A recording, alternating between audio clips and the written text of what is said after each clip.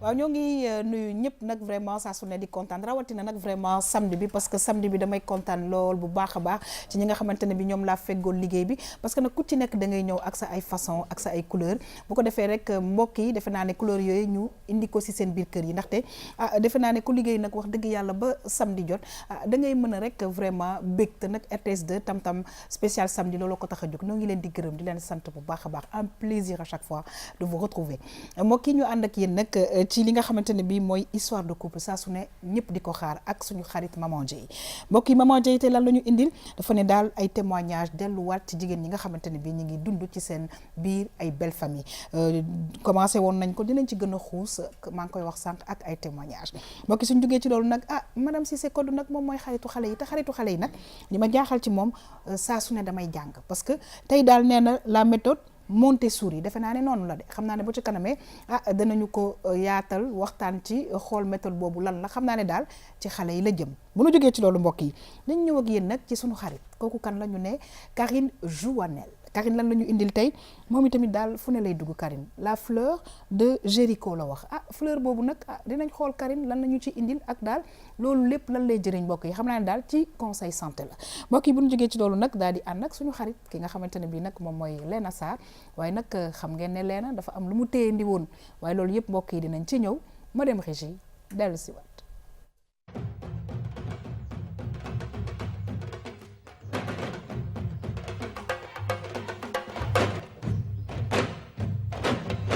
waaw léegi nag dañuy kontaan nag vraiment di feggoo ak ki nga xamante ne bi mooy suñu xarit muy madame Cissé Kodou Mohamed Kodou daal vraiment la nga waxoon dëgg la xam nga métier des koy jàng te métier bi mooy métier parent waaye saa su ne da nga am lu ñuy indil la nga ñu indil nag faak ma xoolaat sama feuille yi ñu ne méthode Montessori Kodou maa ngi lay nuyu madame Cissé c'est un plaisir à chaque fois di feggoog yow plateau bi macha allah couleur yi daf may neex trop ci samedi bi. tuddee naa la ko. jeex na couleur bi tuddee naa la ko dinaa ko ngénte. yaa xam c'est un plaisir partagé. xam nga loolu ndax comme ni nga ko waxee rek yaa xam man mii sax dama siy jàng. parce que ci méthode Montessori bi nga xam ne dinaa si ñëw.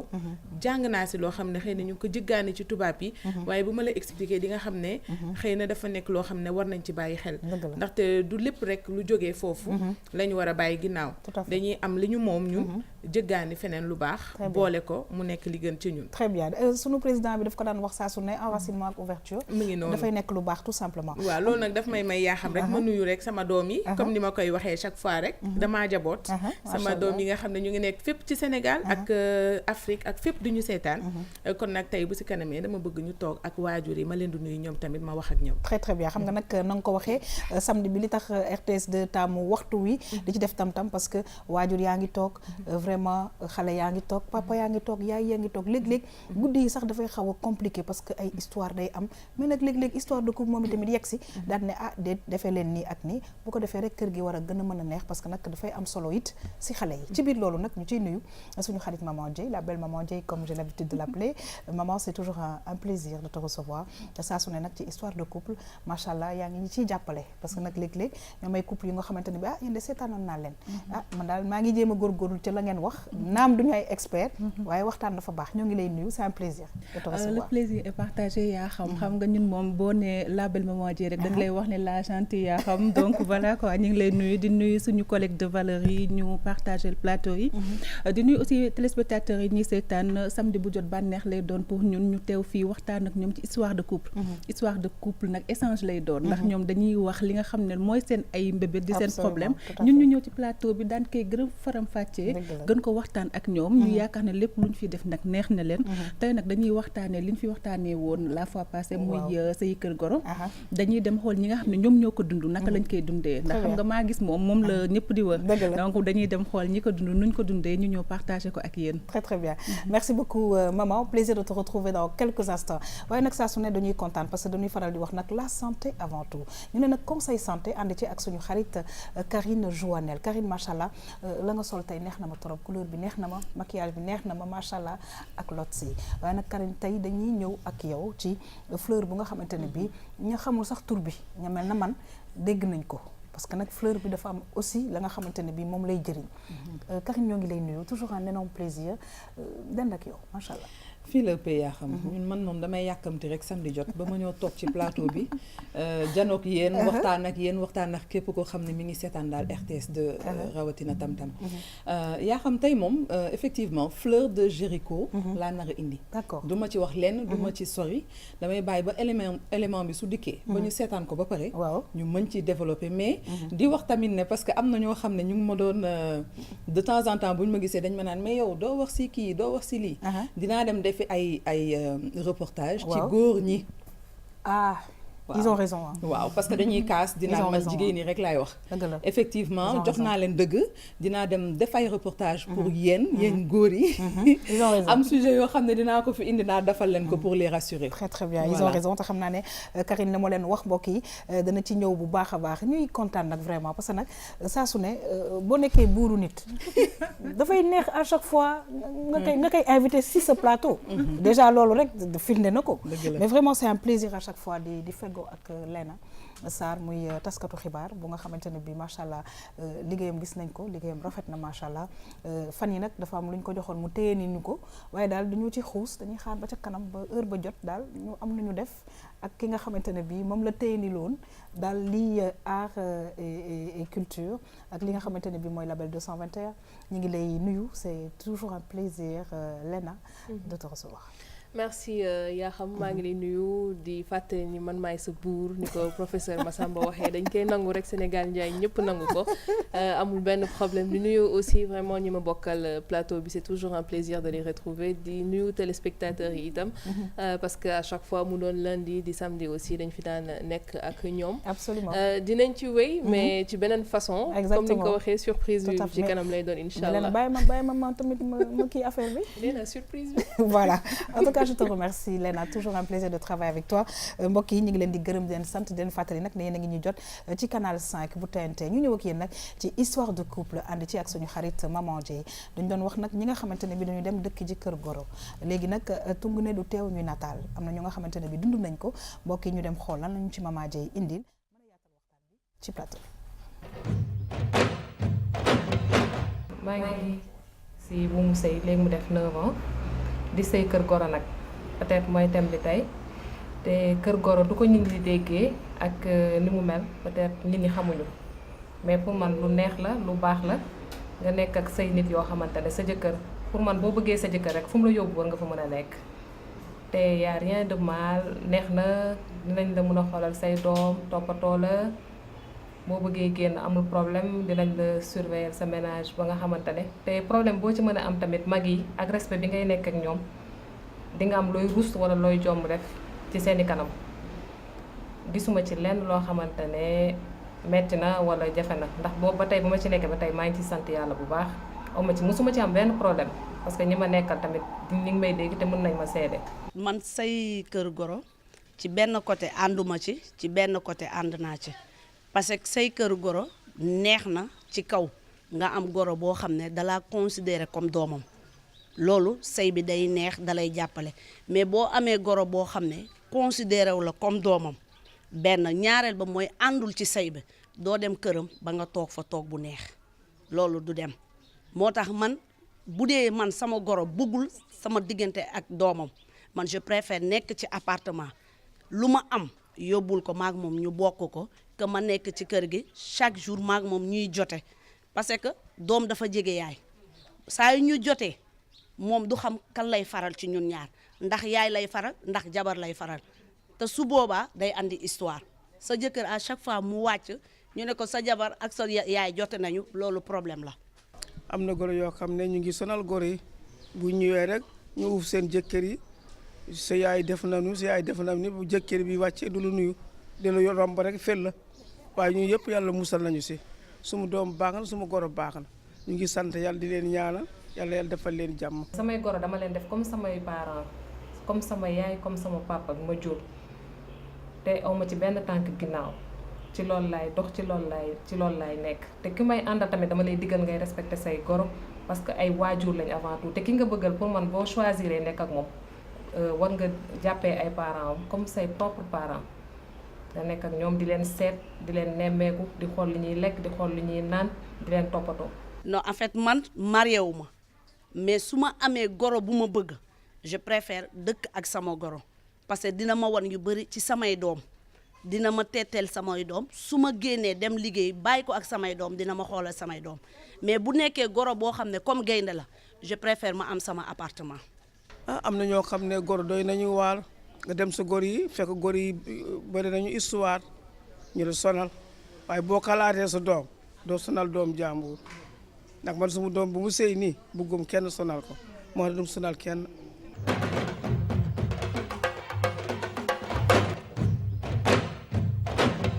nag wax dëgg yàlla am na bu nekkee bëggoo sa doom ñu solal ko ëllëg defe naa ne soo amee goro bu sëy si sa kër waroo ko mën a sonal waaye dégg naa tamit ci reportage yi maman am na kenn ku ne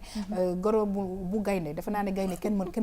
dëkk ak moom en tout cas am nañu ay témoignage am na ko nga xamante ne bi yàlla jàppale na ko mu am ay goro yu baax yoo xam ne dëkk bi rafet na am na koo xam ne nag moom nee na vraiment bu baaxee c'est bon mais nag gënalu ko maman waa xam nga li tax gënalu ko moom la ñëpp di bañ maanaam goro yi nga xam ne wax dëgg mooy ni mu ko waxee dañuy mel ne ay gaynde ñàkku ci nag parce que li ñuy wax bu ñëpp yemoon am ñu gedd seen cër àddina bu ñu koy wax dafa fekk ne dafa am ñu mel nii am ñu mel ne neen mais man balaa may ñëw sax di xuus ci goro yi damay njëkkee ci jëkkër ji nga xam ne moom moo takk soxna indi ko ci biir kër gi parce que kooku moom mooy base bi gis nga caractère bi ngay am ak yow ko góor kii ni ngay mel nga doon kilifa parce que kilifa xam nga dañuy wax naan kilipëng dafa xam am ak kilifa kilifa nag boo koy wuyoo da nga koy niroo maanaam da ngay mat li nga doon te nekk xale aussi du teree doon nit nga doon kilifa doon kilifa moo lay permettre sa jabar ñëw sëy si seen kër sa yaay sa jabar ku nekk xam fi mu war a yem waaw léegi maman balaa ma lay bàyyi nga continuer si biir reportage bi man maa ngi ree depuis sànq parce que am na benn mère bu ne léeg-léeg sa jabar jàpp sa doom naan ko waa sa yaay def na ma lii mu romb du nuyu yaay bi doy na waar yooyu tamit loolu nag mooy faiblesse bi maanaam mooy rejoindre ndax li ma wax nii que ne kilifa da koy mat yow dès l'instant où am nga jabar dafa am ay jikko yu war a nekk ci yow nekkul ne da ngay ñëw ne sa jabar ne la sama yaay def na nangam ak nangam xëy nga ñëw attaquer sa yaay nit day dal nit dafay tey parce que li may wax tout le temps boo nee tekk dalay wan yoon donc jabar ji sëy si kër gi bul bànneexu ci moom ba fàtte yaay bi la juróon nga xamante ni la nii balaa dara di am moom la woon ak moom su ko defee bu nga xamante ne boo xamee sa cëru yaay man je me dis tout le temps que ne boo respecté sa yaay sa jabar bu ñëwee force day respecté sa yaay parce que yow da nga koy imposer respect boobu noonu mais su fekkee ne yow da ngay këll-këllee sa yaay sa jabar bu ñëwee noonu day am fit même bu fekkee ne que ne du yow lay rejoindre mais day am fit ne kii lu ma ko def dina ko accepter ndax moom ci boppam joxul yaayam cër bi mu ko war a jox parce que gis nga jigéen li ñuy wax rek moom moo si nekk li nga koy jox rek loolu la lay delloo tey jii ku bëgg a sëy parce que ñaari fànn dafa am ñuy jóg pour dem sëy am ñoo xam ne tamit sëy taxu leen a jóg dañuy ñëw ci kër gi pour xool nu ngeen fa dundeek nu ngeen fa nekkee kooku tamit boo dalee yow ku góor ki di nga xam ba xam kooku jar na ngay joteeg sa yaay wala jar na ngay manquer sa yaay de respect wala déedéet ndax lu mu ci mënti di doon boo yàggee tuuti di nga xam ku nekk lu ko tax a jóg absolument et li muy wax ni c'est important Léna parce que comme ni mu ko waxee gis nga boo demee ba ñu waaj a takk jabar c'est pas parce que moyen yaa ngi fi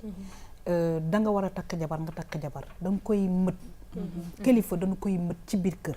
parce que loolu mooy tax nga war a mën a gérer yaay rakk mag ak jabar et loolu je pense que va falloir que ñu commencer nag xool naka la ñuy def pour jàngal ko nit ñi parce que la dernière fois ñu ngi ko doon wax ñu bëri jàngal nañ leen ni ñuy jàngee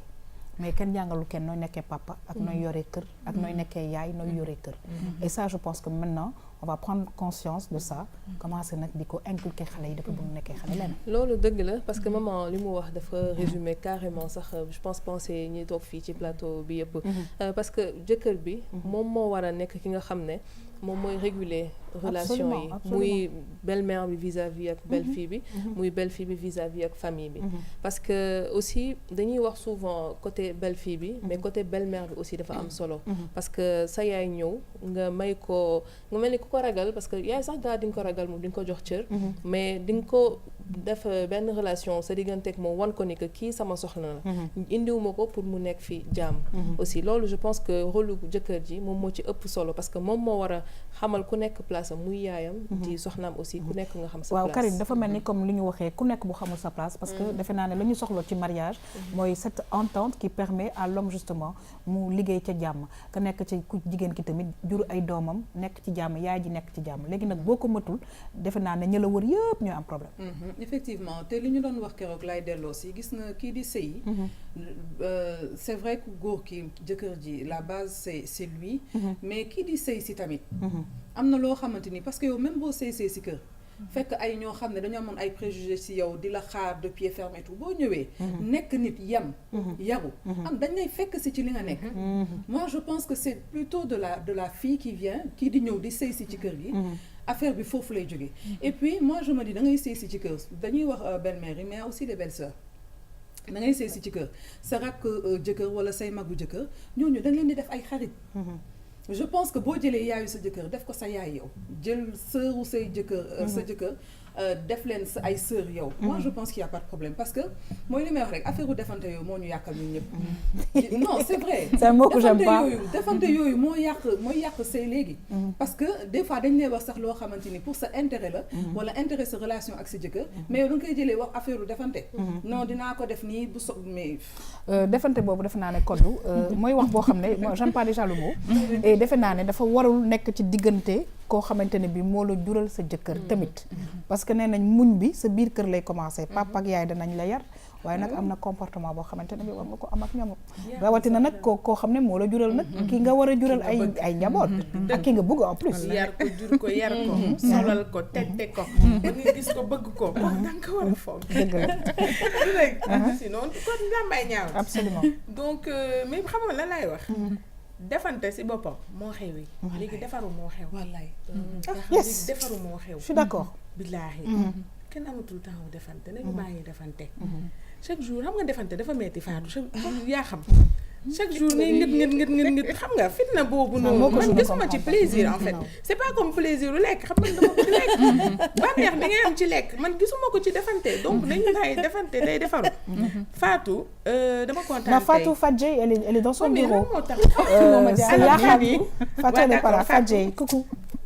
noo xam ne lan moo tax nag may jur naan ko Fatou parce que moom mooy première fanu tam-tam waaw surtout tam-tam du samedi c'est vrai en plus Fatou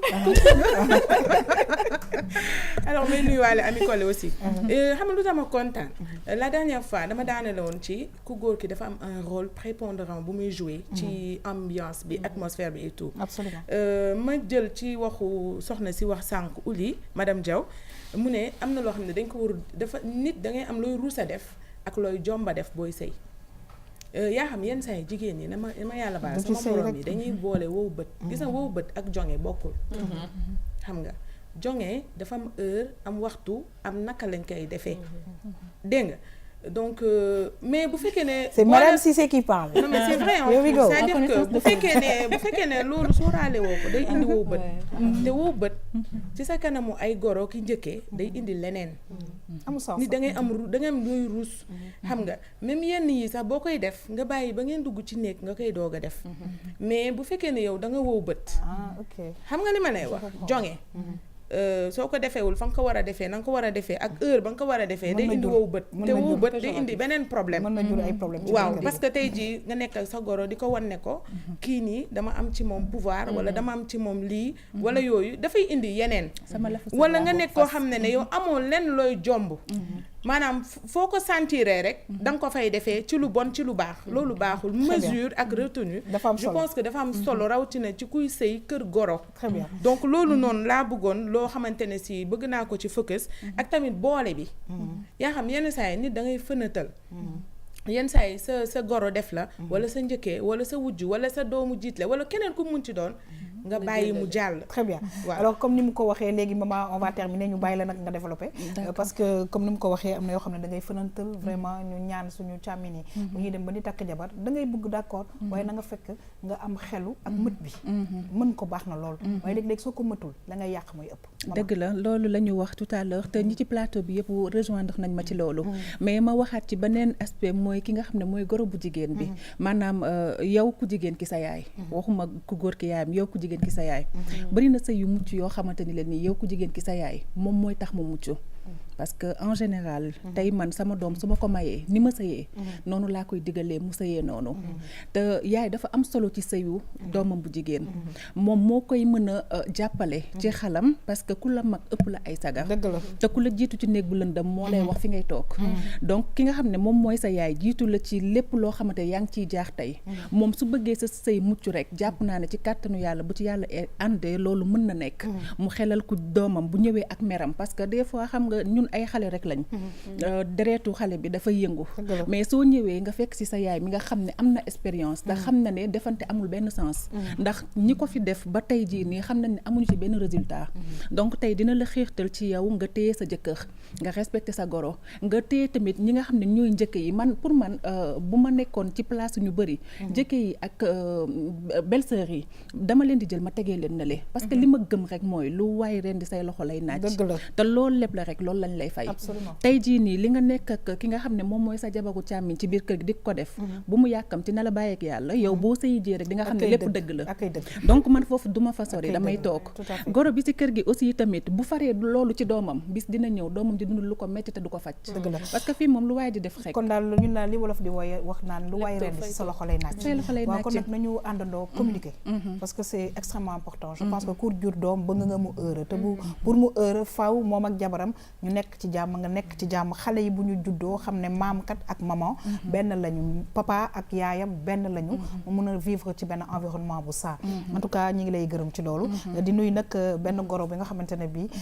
mënuma tudd tur bi ndaxte télé la ñu nekk waaye daal jabaru doom ji daal laa doon waxtaanal ci ñun lay liggéeyal nag nee na vraiment macha allah dañ koo bëgg te nañ ko bëggee dafa xam ne dañoo bëgg seen doom la ñu bëgg moo tax moom ñu bëgg ko kooku nag xam naa ne moom xam na li may wax en tout cas ñi ngi lay baal ma rek ma tëjee fenn may ñaan goro yi ak njëkk yeeg ñëpp ñu xam ne ki ngay bëgg chaque jour sa càmmiñ sëyal moom wala sa doom sëy ak moom yàlla moom mooy dogal sëy di nga bëgg sa doom takk yaa xam fekk na code moom mooy cëram yàlla moom mooy décider donc dès l'instant où kii mooy cëram rek nangu ko nga jéem a gérer ak moom xam ne yàlla mooy tudd sëy te moom jiitu na suñu juddu ñu bàyyi ñi yàlla boole ñu daal di doxal daal kon nag la yàlla dogal mbokk yi defe naa ne nañ ci d'accord parce que loolu rek mooy war a mën a am en tout cas nañuy faral di communiquer ñoo ngi koy wax sànq c'est extrêmement important ñu ngi lay gërëm di la sant c'est toujours un plaisir di feggoog yow Maman Dieye mbokk yi nu xuus ci émission tam-tamu samedi bi nag ñëw ak suñu xarit madame Cissé Kodou parce que moom saa su ne fu ne la ñuy yóbbu ñu ne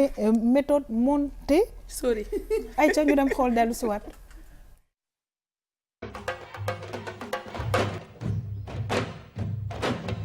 Montessori c'est une méthode boo xam ne yàgg na depuis 1900 damaa bëgg méthode bi parce que daf lay préparer day préparer xale mu dugg classe day préparer xale ci avenir am day préparer xale moo xam ne mun def lu bëri moom boppam. gis nga lépp si fii dafa doon loo xam ne ci niveau xale yi la nekk comme nga dafa nekk ci niveau xale yi donc xale yi ñoom mun nañ ko am accès suñ ko soxlawee. verre en verre la pour xale bi xam importe que mu téye ko bu baax def attention te tamit apprécier lu mu yor su fekkoon plastique la da koy sànni xam na ne ko du toj wante su fekkee verre en verre la dafa xam ne ko su taanoo day toj donc da koy téye nànk-nànk ak ñaari loxoom donc loolu da koy jox benn sens aussi responsabiliser boppam responsabiliser boo xam ne dafay xam ne que comme quoi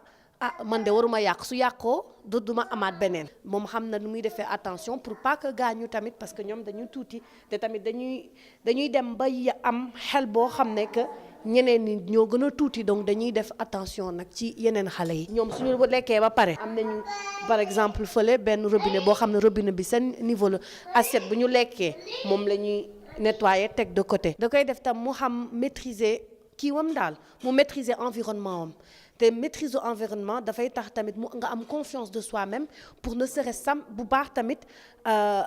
nekk ci groupe te mun a socialiser. ñu bàyyi di wax déedéet bul laal lii bul kii nii parce que loolu day tax xale bi il est dans sa phase de développement boo xam ne c'est tellement important et c'est crucial te souvent xale bi day nekk ci benn moment boo xam ne dafay nekk di absorber di jàng yow soo ko waxee bul laal rek yàq nga lu mu doon def. Mais c'est plus important que ñun ñu passer plus de temps observer xale bi lu muy def pour ñu mun a préparer environnement bi ci observation bu ñu def suñ ko xoolul soo dul observer xale doo mun a xam lan la soxla te tamit parfois tout le temps ngay ñëw di ko defaral doolu du préparer woo ko pour suba parce que ëllëg lépp lu ñuy def ñoo koy defal suñu bopp du nit ñi ñoo ñu koy defaral. gis nga décoration bi ñu teg fii c'est que décoration boo xam ne xale yi daf leen di wane ñoom seen bopp. Dora du sénégalais du princesse Sarah princesse Cendrillon du ñun ay sénégalais ñu donc image yoo xam ne ñoom la ça leur donne un sens d'appartenance. C'est un sens de j'appartiens à ici c'est son identité. Mën nga trouver benn xale boo xam ne mu ngi toog di dagg ay pommes pendant 30 minutes paaka lay yor pomme lay yor mais xam na nu mu koy téye parce que ñun dañ ko koy wan lépp luy xale bi di laal fii dañ ko wan ba pare moom mu xam maîtriser ko donc soo duggee ci environnement bi ñun ay intrus lañu ñoom fii seen monde la ñun dañuy ñëw rek pour en fait les guider les accompagner te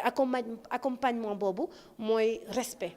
parce que ñun suñu bopp du ñu neex tout le temps lépp ñu koy defaral donc c'est important xale bi tamit nga jox ko respect boo xam ne da nga koy gunge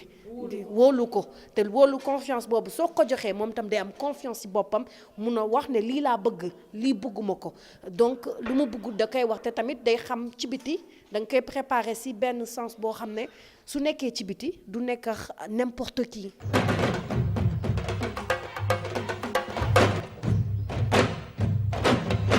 waaw mu nekk daal code lu ma ca jàpp mooy méthode bile defe naa ne jar naa jàng ji parce que ni muy préparer xale bi moom extraordinaire waaye sànq ñu ngi koy wax ci plateau bi n'est-ce pas que vraiment décoration bi milieu bi c'est magnifique c'est vrai que des fois on n'y pense pas mais là les enfants ñi ngi ci seen milieu environnement et comme elle l'a dit mag bi day nekk intrus ci biir. exactement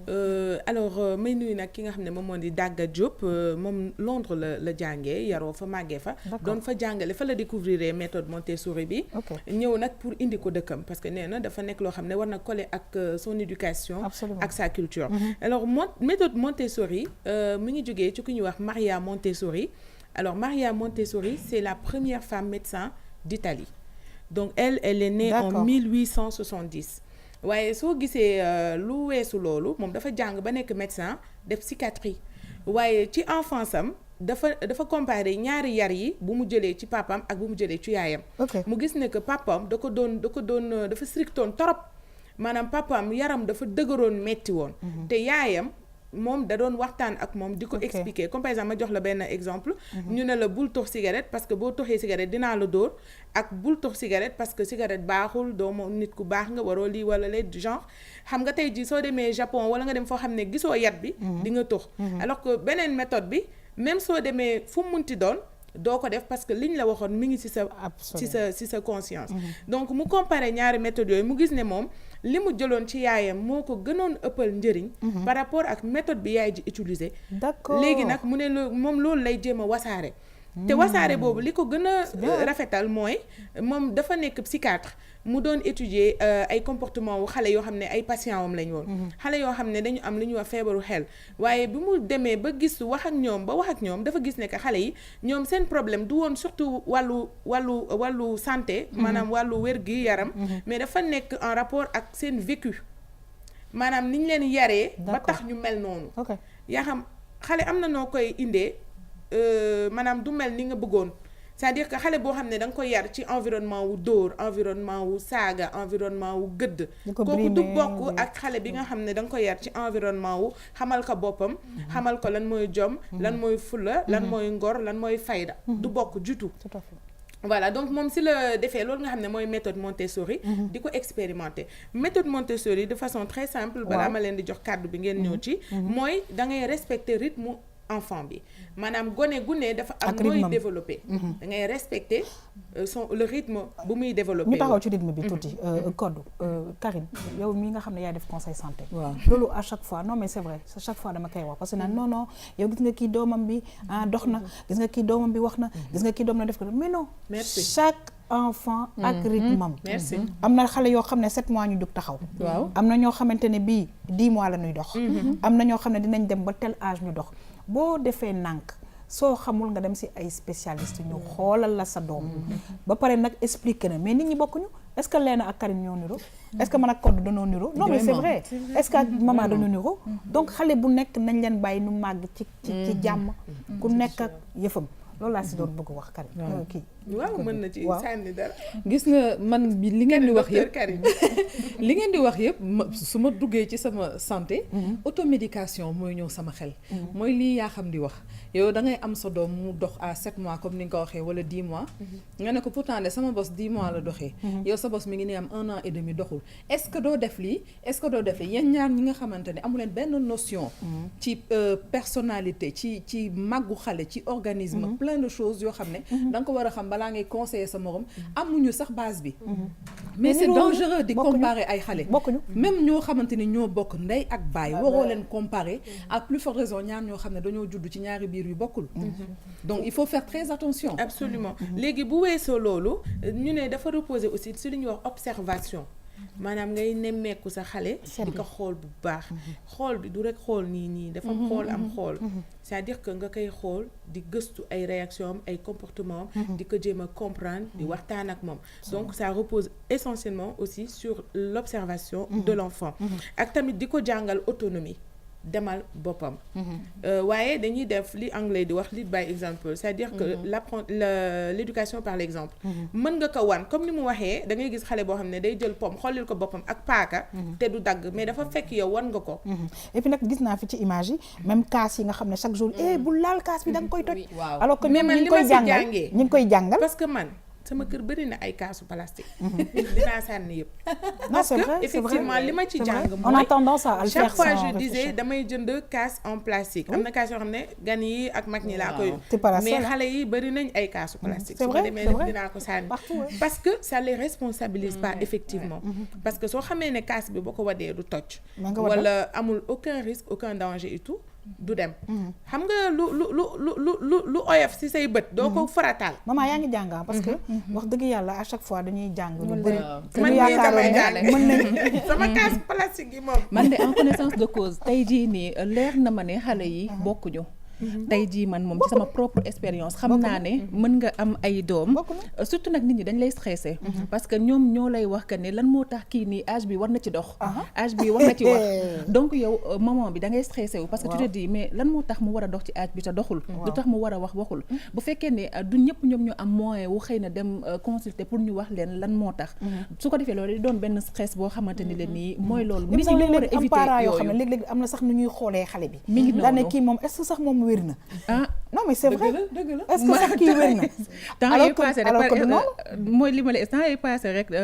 dama tombé ci benn situation boo xamante ne nit ki nee na doom ji sa kii dafa muuma parce que dafa yéex a wax mu ne ko dafa muuma li ma la gi muy wax kon mais beneen bi moom leena laa ci sànni xeer parce que effectivement je l'observe en tant que parent et j'ai vu que dafay observer bu baax doomam donc xam na doomam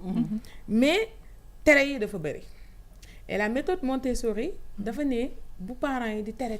lu ëpp bàyyil loolu moom xam naa ne sama bébé dina ci kontaan. non man ma tere au contraire. gis naa ne da ngay tere. non léegi du bàyyi xale bi. kon du bàyyi jàmm léegi ñëwal ci loolu. man par contre je communique beaucoup avec mon enfant. d'accord tu la connais bien ça moom macha allah. macha allah dafa teel a wax. am na yoo xam ne nag moom. macha allah dafa dëgër bopp moo tax soo ko waxee benn yoon moom xam na ne nii waru ko defee nga wax ko 2 fois donc benn instant aussi il faut nga mettre ay limites il faut poser des limites par rapport ak xale bi mais ci li ngeen di wax ni juste su ma si mënee revenir nit ñi dañuy juum parce que dañuy naan âge moyen par exemple xale bu waree toog âge moyen bi 5 mois la moyen mooy mën na ko nekk avant mën na nekk après am na ñoo xam ne 4 mois et demi mën nañ toog am na ñoo xam ne 8 mois la ñuy soog a toog donc peut-être nit ñi ci loolu la ñuy ku nekk benn léegi rythme bi daal nañ ko kii effectivement comme elle dit baax na nga imposer ay limites encore une fois méthode Montessori waxul ne da ngay bàyyi xale bi rek mu mel ni bayu ndëpp comme on dit déedéet mu mel ni benn ñebe ci pétine déedéet dañ ne da nga koy observer respecter rythme on est tout d'accord là-dessus di ko observer on est tout d'accord là-dessus côté tere bi la ñuy xaw a kii parce que am na autant am na ñoo xam ne dañ ne xale dañ koy tegal rek mais règle yooyu bu mu strict trop parce que moom loolu moom mooy indi mu créer méthode Montessori bi de temps en temps il faut nga bàyyi ko mu def nga wan ko bu ci amee erreur nga ne ko c'est parce que defoo lii moo tax lii fekk la si la prochaine fois xam nga li ma lay wax donc c'est ça parfois il faut les laisser aussi faire des erreurs donc méthode Montessori bi yaa xam pour jeexal rek am na école yu ñu koy jàngale moom dafa am école mais j'aimerais vraiment que ñun ñu ciy bàyyi xel dans nos maisons comme man ni ma jëlee résolution sama kaas yi plastique yi dinaa ko sànni di imposer les verres et leur dire que lii da nga ko war a téye waru ko toj waroo ko daaneel parents yi nañu xalaat loolu di gën di bàyyi xel xale waaw dañuy fàttali nag ne que vraiment xale yi aussi dañu am xel juste benn point boo xam ne dafa essentiel bu mu wax mooy par exemple affaire Dora yi man dama bëgg lancer juste un appel par rapport ak ñi ngi dem ci Mardi Gras ñu bàyyi vraiment costume yi nga xam ne nii costume nasaraan lañ te approprié wu ñun suñu culture message boobu rek c'est important parce que tamit comme ay les Aline Sitoé voilà di faral di leen wan aussi yenn image yi parce que yenn dessin animé yi xamal ne que tamit voilà ñun ci continent bi la ñu nekk xam sa identité terewul tamit nga apprécier ñeneen ñi bien évidemment en tout cas ñu ngi lay remercier madame Cissé Codou Mohamed saa su ne la nga ñëndil am na solo kon nag jàng naa fi daal méthode Montessori mu nekk méthode bu nga xamante ne bi mbokk yi Montessori naka Montessori voilà aujourd'hui je vais faire comme Karine jàng rek ñu ngi lay remercier en tout cas toujours un plaisir de te recevoir ci plateau bi mbokk yi ñu xuus ci émission Tam Tam ñëw ak yéen nag ci conseil santé ànd ci ak suñu xarit Karine Joannel tey nag mu indil ñu fleur de Jéricho mbokk ñu dem xool lan lañu ci indil dellu mën cee waxtaan ak moom.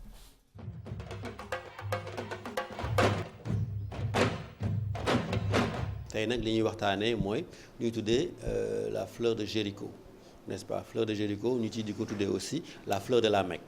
la fleur de Jéricho ou la fleur de la Mecque benn genre garab la bu ndaw benn genre abi bu ndaw boo xam ne dañuy gis ne que suñu yaay yi wala suñu maam yi dañuy faral soxna su commencé di matu ñu def ko ci ndox fleur bi ubbeeku tuuti ñu jël ndox boobu ñu jox ko mu naan ko pour wax ne que daf koy xëy na yombalal wasin bi matu bi ñun fleur boobu noonu en tant que médecin dañ koy tere wala dañuy wax nit ñi ñu def si naan parce que dafa nekk fleur boo xam ne effectivement soo ko naanee mat bi dafay yokk mat bi dafay gën a tar contraction yi biir bi métti bi dafay gën a jegeyantoo au jegeyantoo boobu noonu du obligatoirement lu baax ci ko jigéen ki te mën na indi ay effets secondaires normalement sooy matu biir bi dafay métti n'est-ce pas biir bi di métti di sedd biir bi di métti biir bi di sedd loolu c'est normal métti sedd boobu noonu lu ñu tuddee contraction moom mooy tax butu jurukaay ubbeeku mais ci métti sedd boobu noonu dafa mel ni xale bi yow ni nga sa biir bi di méttee dafa mel ni sa doom dañuy jël boobu doom bi dul ko ci ndox tuuti pendant ay 10 secondes 30 secondes ensuite ñu génnewaat ko ci ndox bi ñu génne ko bopp bi may ko mu noppaluwaat encore pendant 2 minutes 3 minutes ñu dugalaat ko ci bopp bi génnewaat ko donc xale bi il faut ñu may ko temps de récupération saa yu amee métit pendant 30 secondes war na noppalu pendant 1 minute 30 wala 2 minutes su nekkee da nga naan fleur boobu noonu au lieu ngay am 3 contractions par 10 minutes au lieu biir bi métti ñetti yoon ci biir 10 minutes yi biir bi mën na métti juróomi yoon wala fukki yoon bu boobaa xale bi du am temps de récupération du mën noppalu te su mënee noppalu noonu dafay sonn dafay loof su sonnee su loofee dafay bàyyee ko ci ndox bi su bàyyee ko ci ndox bi pouls bi dafay nekk ci biir ndox bi te ndox boobu noonu ci la xale bi ji nekk donc ci lay naan donc su naanee ndox boo xam ne dafa am ay pouls mën na indi ay gàllankoor mën na indi infection donc xale boobu noonu su juddoo mën na juddoo ak infection wala yaay ji am contraction yoo xam ne dafa metti tellement que butu jurukaay bi dafay jékki-jékki rek fàcc mu xar te su xaree hémorragie lay indi te su indee hémorragie yaay ji mën na ñàkk bakkanam wala ñetteel bi mooy butu jurukaay bi dafay sonn tellement que même xale bi su génnee après butu jurukaay bi dafa war a concentré wu pour deret bi arrêté mu bàyyi ànd bi mu génn mais butu jurukaay bi dafay bàyyeeko su bàyyeekoo nag soxna si dafay xeli deret comme robinet loolu boobaa mën na si ñàkk bakkanam te ñu bëri ñuy jël fleur de la Mecque boobu noonu complications yi la ñuy am parce que léegi donc li ñuy wax mooy soxna yi ñu moytu fleur de la Mecque boobu parce que effectivement soo ko naanee am na lu nekk ci fleur bi loo xam ne dafay yokk contraction yi mais yokk contraction yi wóorul contraction yi dafa war a dem normalement 3 contractions par 10 minutes nga war a am waroo am 5 wala 10 contractions par 10 minutes te soo naanee fleur boobu noonu fekk yow su butu jurukaay paregul pour ubbeeku wala nga ñu mos la césarienne wala xale bi ni mu toogee baaxul wala sa ndigg dafa xat wala xale bi ñëwee taat mën na indi ay gàllankoor yoo xam ne mën nga si ñàkk sa doom wala yow sa bopp nga ñàkk sa bakken wala sax ñu mujj la césarienne ci situation boo xam ne yow mën nga wasin normalement donc dañuy tere garab boobu.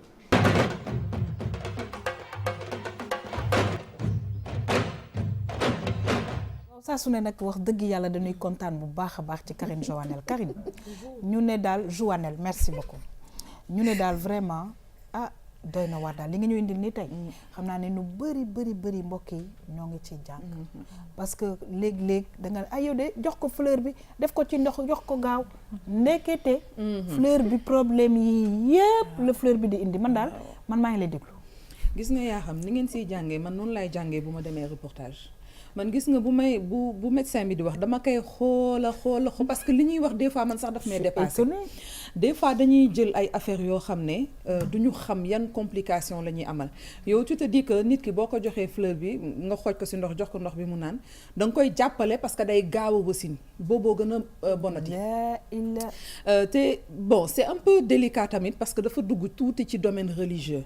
parce que c'est mooy comme lu mu wax fleur de la Mecque parce que en général ñii di jógee Màkka ñu koy indi léegi dafay am benn aspect boo xamante ni day mel ni c'est xawma mot bi ma war a utiliser loo xam ne c'est religieux daal loo xam ne non mais loolu religion non je veux dire fu muy jógee waaw d'accord mais xam nga fa sens mais xam nga fi muy jógee mën na am leneen lu muy faj lu dul jigéen bu wérul naan ko certainement am na lu muy faj mais exactement pas jigéen boo xam ne dafa ëmb exactement moo tax ma ne ci côté ëmb bi il faut que ñu expliquer bu baax pour ñu comprendre ne ça n'a rien à voir avec la religion dafa nekk loo xam ne dafa dangereux pour jigéen ju ëmb il faut que ñu bàyyi di ko jox moom nee na dañ koy tere sax ñoom wala ñu def ci nànk parce que bu fekkee yow mënuloo maîtriser matu kii ëmb mais bul ko jox wala nga laaj médecin bi am na yoo méthode yoo xam ne mën nañ la jàppale nga wasin gaaw bu fekkee matu bi dafa yàgg soit ñu césarienne la wala ñu xool beneen méthode mais boo xoolee conséquences yi ndox bii di indi nga bañ ko jox sa doom moo gën et puis gis nga mu expliqué mais c'est très dangereux parce que yow mi koy naan matu bi ni muy jegee noonu contraction yi yow mun nga si ñàkk sa bakkan sa doom ñàkk si bakkanam c'est-à-dire que yéen ñaa ñëpp mën ngeen dem ndax lii ndax rek bëgg gaaw wasin donc loolu moo tax ma ne lii il faut que ma wax ci il faut vraiment que ñu lancer benn appel fleur de Jéricho bi il faut que ñu moytu ko buñ ko jox suñu doom yi parce que dañuy foog ne matu bu yàgg bi daf leen di gaañ wala ñun ay jigéen lañu loo xamante ni attanuñu ko yàlla duñu ko teg waaw nañ waxante dëgg bu fekkee mën nañu bu fekkee yàlla daf ñu teg matu dafa fekk dañ ko mën waaw mu matu 1 heure de temps wala mu matu un jour je pense que léeg-léeg dina ko ëpp sax mais exactement boo demee ci ñi nga xamante ne bi ay médecin lañu ñoom dinañ xam ndax yow commencé nga sonn wala ndax bébé bi moom mi ngi sonn sinon ñu césarienne la sinon rapidement ñu jël une solution pour que ñaari vie yëpp mun a mais daal nañ ko moytu bu baax a baax ngir yàlla fleur de Jéricho bi moom wala fleur de la Mecque ngir yàlla wala ngeen dem sax jël fleur ba dem ba ca médecin ba su fekkee da ngeen commencé matu ngeen laaj ko bu leen nee waaw ngeen jël bu leen nee déedéet ngeen bàyyi mais ñoom sax nee nañ dañ koy tere est-ce que seetlu nga lenn boo xasee ba jël jigéen dugal ko ba mu dugg salle d'accouchement doo ma may ma jox ko lii mu naan dañ naan non madame léegi parce que fleur de Jéricho bi lañ koy jox carrément taxawel côté ba léegi exactement donc mu nekk lu nga xamante ne bi vraiment koddu dañuy kontaan saa su ne ci émission tam-tam parce que du ñun ñooy wax ñun dañuy waxtaan nii rek du ñooy borom xam-xam mais ñi nga xamante ne may borom xam-xam lañ saa su ne dañuy dem di leen seet pour ñu gindi population bi et je pense que c'est important parce que ba léegi am na ñoo xamante ne bi fleur bi ñoo ngi koy jël di ko def ci ndox di ko jox ñi nga xamante ne bi xam nga yenn yi daal gëm yàlla la rek te ñu ñëwaat ci li nga waxoon xale bu ne ak na muy màggee waaye it na muy juddoo xale yi grossesse yi dafa ute noonu la accouchement yi ute noonu la yar bi ak màggaay bu ute am na accouchement yoo xam ne dangay dem léegi mu ñëw am ñoo xam ne nag dañuy jël seen temps dégg nga am ñoo xam ne grossesse bi day normal doo wàccu doo def dara am ñoo xam ne da ngay sonn donc loolu kese la nañuy nangu bi daf ci am solo on va terminer parce que defe naa ne lii docteur bi wax moom ak li nga ci teg defe naa ne kenn amul lu mu ci dindi parce que ñoom ay spécialiste exactement kon daal Karine fleur bi ñu moytu ko c'est dangereux pour la maman et pour l'enfant exactement mën na tax doo mën a juruti mën na tax sa butitu jurukaay fàcc nga am hémorragie mën na tax xale bi lap la ñuy wax sax ci sa biir vraiment y a que des conséquences man gisuma ci benn avantage donc vraiment fleur de Jéricho moom nañ ko teg dans la poubelle en tout cas daal sant nañ la gërëm nañ la saa su ne parce que nag la nga ñuy indil dafay sauver sax ay vie parce que am na ñoo xamante ne bii ñoo ngi ñuy toog di seetaan xëy na yaakaaroon nañ ne loolu baax na docteur bi nga xamante ne bii xam-xam na moom da cee màcc moo ne Karine de lii baaxul bu leen ko jëfandikoo mën na lor yaay ji mën na lor doom ji en tout cas Karine c'est toujours un plaisir en tout cas de te recevoir ñi ngi lay jox rendez-vous pour loolu inshallah la semaine prochaine waaye mbokk yi dañuy xuus ci émission tam-tam nag di kontaan parce que nag saa su ne comme c'est une famille léeg-léeg am ñu nga xamante ne bii soxla tax na ñu dem benn côté am ku nga xamante ne bi danaan déet bàyyil man kat lii ma yore man maa ngi ko koy téyeel kon nag ñuy kontaan ci yow bu baax a baax sama saareen bi ndax kat suñu xarit Maymouna Sy madame Guèye daal am na daal ci lu mu ne woon ñu ne la art et culture daal jàppandi ko laata muy ñëw label 221 jàppandi ko laata muy ñëw macha allah ñuy kontaan au nom de la direction en tout cas de RTS2 ñu ngi lay remercier parce que téye nga ko téye ba nga ko war a téye vraiment ñu kontaan ci waaye nag du dem boo xamante ne bi da ngay dem parce que incha allah dinañ gis liggéey bu rafet bi nga xam ne commencé nga ko def RTS2 émission tamit yaa ngi ci nekk ci semaine bi mais daal c'est juste que agriculture ak label 221 daal yaa ngi delloo lengay en tout cas vraiment au nom du top management maa ngi lay remercier au nom de monsieur Marba au nom de Fadji ci jàppale bi nga xam ne jàppale nga ñu ko merci beaucoup man le plaisir était vraiment pour moi parce que comme ni ma ko doon waxee à chaque fois culture dafa nekk loo xam ne dama koy dund kon nag tey jii boo leen ma permettre ne serait-ce qu'un laps de temps ma mun ci dox dafay nekk fierté pour man def ko fii ci RTS et comme tu l'as dit on est une famille vraiment Maymouna ñëwaat na alhamdulilah dañ koy souhaiter la bienvenue j'espère aussi que ni mu ko téyelee ay rubrique am satisfaire na ko voilà. Alors moi je vais applaudir pour Maymouna. Alors vous faites la bise très bien. Voilà oui. Elle est là de retour xam naa ni téléspectateurs yi namoon nañ ko ñun tamit namoon nañ ko donc ñu ngi fii ça veut pas dire pour autant que génn naa culture parce que comme loo xam ne ni passion bu ñu partagé la man ak moom du ñàkk dinaa koy dem defal yenn reportage ni ngeen may gis ci signature de temps en temps avec plaisir en tout cas en tout cas ñu ngi lay remercier. Merci beaucoup. Ça a été un énorme plaisir de travailler avec toi di dalal nag suñu rak madame Guèye mais non dafa non bu jël mouchoir taxawal parce que moom dina am yu mu sànni ba pare ñu soog a lancer sujet bi parce que nag dellu si waat na macha allah ci kàttanu yàlla ci jàmm ak salaam fii ci RTS2 lu ciy kontaan loolu may vraiment bàyyi la nga sànni kàddu ci lenn parce que xam naa ne pour yow nag dañu lancer sujet bi danañ ci ñëwaat. bon yi xam nag tey damaa kontaan sama xol dafa fees sax je suis tellement émue ba xaw ma sax fan laa war a commencer. tu me connais vous calmez. alors namoon naa plateau bi trop namm leen namm téléspectateurs yi vraiment Léna xaw ma nan laa koy remercier mais j'ai été très fière gis naa liggéey bi ni mu ko defee ak ni mu ko yoree woon wàññiwu ci dara au contraire da koo yokk sax ba dem foo xamante ne peut-être xëy na man xalaatuma ko woon sax et bu amee benn reportage boo xam ne marqué na ma ci yi nga xamante ne jot na ko def yëpp muy ci agriculture wala ci label mooy bi mu def ci fabrique artisanale bi d'ailleurs je vois que ne mu ngi takk benn collier boo xam ne label donc je te remercie ma lay sant di la gërëm bu baax a baax et puis comme tu as dit on va se retrouver sur le terrain alors tu viens à côté de moi Léna tu lui cèdes ta place tu viens à côté de moi non damay lancer sujet bi ak yow quand même allez May tu reprends la place alors Léna moi c'était juste pour te faire un bisou aussi et te dire thank you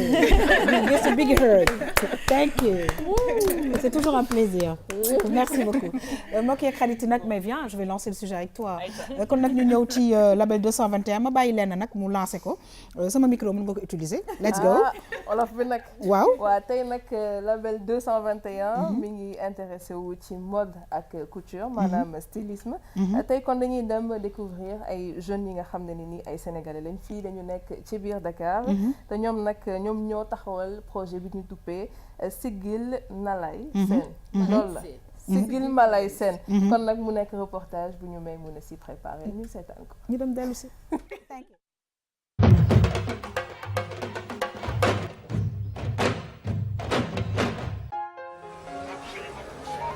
salaamaaleykum Daouda Tine la ñu ngi présenté wu comme étant Siggil Malay Sène collection Colobane collection de shooting couture sérigraphie au début nag on peut dire que passion la woon ci ñun parce que dañoo amoon ay grands yi nga xamante ne dañuy inspiré woon ci wàllu mode mais finalement dañu dem ba xam ne en fait liggéey la fii nag collection classique lañ fiy ñëw comme étant costume chemise ak yu demee noonu tout ce qui a rapport avec le stylisme buñ ci toogee liggéey ci dinañ ci am liñ ci bëgg parce que en fait professionnalisme am na fi ba pare talent bi am na fi en plus am na ay artistes yu ñuy jot a liggéeyal du ñu bëgg citer noo yeeg yooyu noonu mais suñuy tëni day dem fu nekk donc côté boobu noonu am nañ ci satisfaction loolu gën nañu pousser pour que ñu continuer sax liggéey bi. yaa ngi may suppal doo ma sëpp di ma toggal yàpp te doo ma yàpp di ma damp te doo ma damm di ma njaral sëw te doo ma sëw waay takk nga sa musuur yàgg tera sa góor jamono yi ñoom maam ba léegi takk nga sa musuur yàgg tera sa góor jamono yi ñoom maam nañu sargal delloo njukkal jigéenu Sénégal nañu sargal delloo njukkal ñu ngi liggéey ci base consommation locale comme maanaam lépp loo xamante ni fii lañ koy liggéeyee quoi muy lu jëm ci ay comme pagne tissé comme lu jëm ci wax yi ak yeneen ak yeneen ñu ngi ñëw nag ay manches vestes en même temps tam dañuy ñëw tam ay yëre tubaab yoo xamante tam comme maanaam yoo xamante ni nit ñi suñu indee seen i modèle comme ay haut pantalon jupe slim bas large lépp daal parce que Sigil Malay Sène bi dafa yaatu am na ñoo xam ne ñoom ñooy ñëw traditionnel yi am na ñoo xamante ni ñoom ñooy ñëw tubaab yi.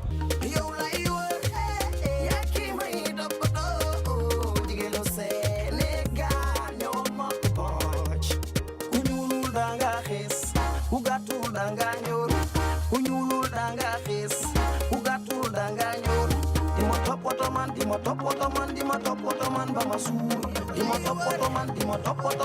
topoto man ba ma woo naa la neex nga ma yow woo naa la jigéenu Sénégal. ci bi lin kii la lin fërëlet robe laa koy ñëw robe taille bustier lii dentelle la dentelle bi lay àndal waaw moom laa dagg nii moom laay collé nii lii mooy taille bi mooy nekk ci kaw nii quoi waaw léegi lii mooy nekk ci suuf nii moom laay collé nii su ma paree nii moom laay ñëw moom yaakaar naa ne ku ci nekk rek am nga fànn boo xam si moom nga ci gën a mane waaw parce que téer bu nekk am na loo man Sénégal moom dafa léegi période bi ñu toll nii dafa nekk période boo xam si nii pour nit ñi dem di jëndi ay yére ci àll ba sax bareetul man li ma ëpp li may ñëw nii fii lañ dëkk fii lañ nekk te ñoom lu ëpp daal man ñi nekk fii laa koy ñëwal moo tax comme ñi dem di jënd ay yére yu ay prêt-à-porter di ko andiwaat affaire yooyu man gisuñu parce que ins bi la gën a am valeur que bu njëkk waaw ins bi moom wax dëgg yàlla man maa ngi si sant yàlla quoi parce que tamit bu may doog a débuté metti woon na trop waaw parce que gars yi dañuy dem jënd ay yére ñawlu du ñawlu ay yére yu kii luñ liggéeyee Sénégal daal bëgguñu ko woon mais léegi nii ñoom ñoo ngi koy commencé sol góor ñeeg jigéen ñi ñëpp ñoo ngi commencé sol lu liggéeyee fii boo bëggee jàppale sa doomu réew dañuy fexe li ñuy liggéey si biir réew mi ñu koy jënd si biir réew mi quoi di ko si liggéeyee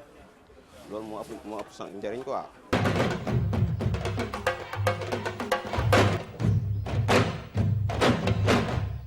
nag ci borom label 221 muy madame Guèye Maymouna c'est un énorme plaisir en tout cas pour toute l'équipe nga ñëwaat fii waaye nag Maymouna ana leket bi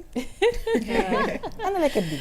leket bi c'est juste à côté xam nga dama fi diggee woon ne damay indi leket bu bees waaw ci 2017 bi ci diggante bi nag mu am nag xam nga rek waaw nu yàlla def voilà donc 2018 bi première résolution leket bu bees très bien pour label 221 waaw kontaan nañu may donc leket bi dina ñëwaat inchallah jarul sax ngeen di jaaxle très très bien man maa gën a kontaan yi xam un plaisir de te retrouver en tout cas may tey nga indil ñu nag Sigil Malay Sène waaw mu nekk daal vraiment ay couturier je peux dire sénégalais yi nga xamante ne bi macha allah comme ni ko ñëpp waxee fii saa su ne ñu ngi def liggéey bu rafet da ngay gis ne par exemple Mariam Magasuba fu mu génn rek ñu ne noonu la kii ñawal Karine ñi nga xam ne dañuy génn ci mama ak koddu ak yow mile macha allah daal nañuy góorgóorlu ci li nga xamante ne bi fii lañ koy defaree c'est important Karine moom la dendal moom laa dendal moo tax voilà donc comme ni nga ko waxee dafa important yaa xam muy concept bu ñu naan Sigil Malay Sène boo déggee déjà tur bi rek Sigil Malay Sène bi donc yow dégg-dégg bi nga ciy njëkk am rek di nga ne ñii de ñoom am nañ dañu bëgg ñii ñoom comme ñoom ñu ngi xalaat ñu siggi ñu leen di seen ça veut dire que ne am na dara lu nekk ci ñoom loo xam ne bëgg nañ ko wane ba ñëpp gis ko donc c'est des jeunes sénégalais comme ni ma ko waxee dans le reportage ñoo xamante ne dañ nekk fii Dakar di ñafe mën nañ leen classer sax ci lu ñu wax entrepreneuriat social parce que jamono jii nii ñëpp xam nañ ne nguur mënta jox liggéey ñëpp kenn ku ci nekk ca la nga ne yow yaay xool naka ngay def ba talent bi la yàlla may nga mettre ko sur la place ba nga xamante ne di nga ko mën a wane nit ñi gis sa xarañteef nit ñi gis expertise bi nga xamante ne am nga ko ba pare yow nga mën ci jëriñu te leneen li ci gën a am solo itam au delà de yow nga jëriñu ci bi mooy nit ñi tamit mën di ko consommer ndax xam nga man moom consommer la local consommer sénégalais made in Sénégal ci loolu la ñuy dox voilà donc looloo tax saa su ne bu ma gisee ay ndaw yoo xam ne ñu ngi yëngu di jéem a teg dara dama naan ñii de moom lii ñuy def war nañ koo mën a duggal ci lekkitu label bi indi ko wane ko waaw te li ma ci neex nag maman mooy dañu dugg ci li nga xamante ne bi mooy nouvelle technologie c'est-à-dire que ci la ñuy liggéey de vraiment def ci fulla ba nga xamante ne bi résultat yi ñu ngi visible waaw xam nga xale yi léegi dañu xarañ xale yi léegi dañu xarañ te toogatuñu di xaar kenn léegi ñoom ñooy créer seen propre emploi ñoom ñooy créer seen liggéey xam nga gën kaa moderniser nag parce que loolu moo ci gën a neex ndax xam nga ni avant da nga daan gis yére yi doo ko xaar góor ñi sax duñ ci sawar asantuma la ak jigéen mais léegi dañ ko liggéey de telle sorte que yow ku jigéen ki boo ko solee da ngay fier ni nga doon solee ba pare nekk ci à l'aise tam parce que xam nga da ngay sol yenn yére yoo xam ne daf lay encombré doo mën a def yenn kii yi da lay yéexal booy dox genre mais yii da nga koy sol rek nekk ci mu am nag ñu ko mën lool macha allah dañuy wax rek que ne ñi nga xam ne xaw na des ci ñoom ñu gën ko jàngiwaat parce que liggéey doo jug ci di gëstu di gën a ñi la gën a xam ngay dem di leen ko tuwaay pour que ñu won la su ko defee liggéey bi day mucc ay te li ci gën a neex mooy moo gën a yomb sax yére tubaab yi te rafet na ba pare ni ko maire yi di waxee walaay doom lii yiw na bu baax a baax maman li mu wax dafa am solo liggéey saa su ne boo koy def da ngay fexe ba mu bënn bu baax parce que bu bënnee rek moom la nga xamante ne moom nga ciy séentu ak li nga ciy xaar da nga koy jot donc je pense que ne saa su ne rek ñun comme ni ma ko waxee fu ñu dégg loo xamante ne made in Sénégal la kii mu ngi jéem mu ngi créer mu ngi def dara danañ fa dem tam ñëw seet si la wane ko tam ñëw seet si la indi ko ñu teg ko ci géew gi très très bien en tout cas May ñi ngi lay gërëm di la sant bu baax a baax di kontaan encore une fois ci dellusi bi ak jàmm bi nga dellusi fii ci RTS 2 di la ñaanal jàmm ak salaam ba noppi nag ñu àndandoo encore continuer liggéey bi di ko gën a defar ba mu gën a baax parce que loolu lañ ci jublu incha allah tam macha allah yaa nañ ci yàlla jàppale ba muy def ca kaw ca kanam merci beaucoup May plaisir de te retrouver incha allah kañ lundi incha allah lundi dans agriculture waaw namoon nañ la ci de man maa leen gën a namm May ñi ngi lay remercier kon ba altine incha allah incha allah le plaisir est partagé voilà kon yaa ngi nuyu ñëpp maa ngi nuyu ñëpp yaa ngi nuyu monsieur Guèye maa ngi nuyu monsieur Guèye ak yéen gi yëpp merci beaucoup ma ne ko ci maa ngi nuyu monsieur Guèye ak yéen gi yëpp jërëjëf ñu ngi remercier aussi suñu xarit Karine la mu ñu ndil am na solo ñu ne fleur boobu daal bu ñu koy jox jigéen ñi nga xam ne non mais c'est vrai c'est dangereux su demee ba que ça tue il faut voilà ñu def rouge alerte rouge il faut pas y toucher Karine merci tu remercies qui en tout cas tu as une belle robe c'est magnifique merci Yakham ki may remercier nag mooy Cotignan moo ñëw lii lu yanj lii de 77 658 18 96 mi ngi jëppal ku ko bëgg a seeti rek moom woote ci numéro bi dina defar yu gën a rafet yi sax moom très bien en tout cas bi nga sol jekk na macha allah ñi ngi lay jox rendez-vous la semaine prochaine inchallah merci beaucoup madame Cissé Codé Mohamed yow tamit macha allah la nga sol rafet na ñu ngi lay gërëm di la sant parce que nag saa su ne ñoo ngi jàng rek ci li nga xamante ne bi mooy métier ba nu am métier wu parent yàlla baax na yàlla dinañ jàppale xam nga am nañu envie wu jàng gëstu te ba léegi ci suñu rôle de parent du ñu tay di gëstu di jàng yaa xam ma lay remercier di remercier nag ki nga xam ne moom moo di ma jigéen donc moom mooy borom Miss Toura Sénégal nekk ci Facebook bi nekk point E ci wetu commissariat bi donc elle est joignable au 78 472 53 03 moom moo fiy jaar mais souhaité nag c'est vrai que c'était avant-hier jeudi 1er février nag nekk World Hijab Day mooy journée bi nga xam ne dañ ko jagleel ñiy muuru ibaadu kon may nuyu sama mbokk hijabista yëpp vraiment di leen jox rendez-vous amis téléspectateurs et téléspectatrices samedi prochain inchallah merci beaucoup madame Cissé Codé Mohamed ñi ngi ko remercier aussi ki nga xamante ne bi mooy la belle maman Dieye maman yow tamit kan ngay remercier tey waa ñi jàpp ci beauté bi ba ngeen validé na belle na validé na moom la ñuy remercier Fatou Sané borom esprit chic moom sama copine de cœur la numéro téléphone am di 77 653 79 26 ak ki nga xam ne moo jàpp ci sañse bi ba mu rafet ni Amina Dieng madame Dieng borom Prestige boutique numéro téléphone am nekk 77 501 80 93 ñii daal laay remercier yaa très bien ñu ngi lay jox rendez-vous inchallah la semaine prochaine vraiment pour